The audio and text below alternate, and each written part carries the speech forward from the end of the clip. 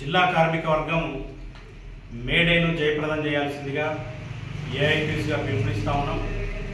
138 సంవత్సరాల క్రితం America Chicago నగరంలో కార్మికులు చేసినటువంటి పోరాటం ఫలితంగా, అదే రకంగా భారతదేశంలో కార్మిక వర్గం పోరాడుతున్నటువంటి దాని ఫలితంగా ఈ దేశంలో 44 రకాల కార్మిక చట్టాలని సాధించుకుంటే, ఇవాళ మోడీ ప్రభుత్వం అధికారంలోకి వచ్చిన తర్వాత 44 చట్టాలని రద్దు చేసి 4 కోట్ల కింద తీసుకురావడంతో పాటు కాంట్రాక్ట్ అవుట్సోర్సింగ్ విధానాన్ని రద్దు చేయకుండా, కార్మికులకు కనీస వేతనాల జీవోల్ని రివిజన్ చేయకుండా, అదే రకంగా ప్రభుత్వ రంగ సంస్థల్ని నిర్వీర్యం చేస్తూ, ప్రైవేట్ పరం చేస్తూ, లాభాల్లో ఉన్నటువంటి కార్పొరేషన్లను ఇవాళ కొంతమంది బడా పెట్టుబడిదారులకు, టాటా లాంటి వాళ్ళకి, అదానీ లాంటి వాళ్లకు దారాదత్తం చేసేటటువంటి ప్రయత్నం మోడీ ప్రభుత్వం చేస్తూ ఉన్నది.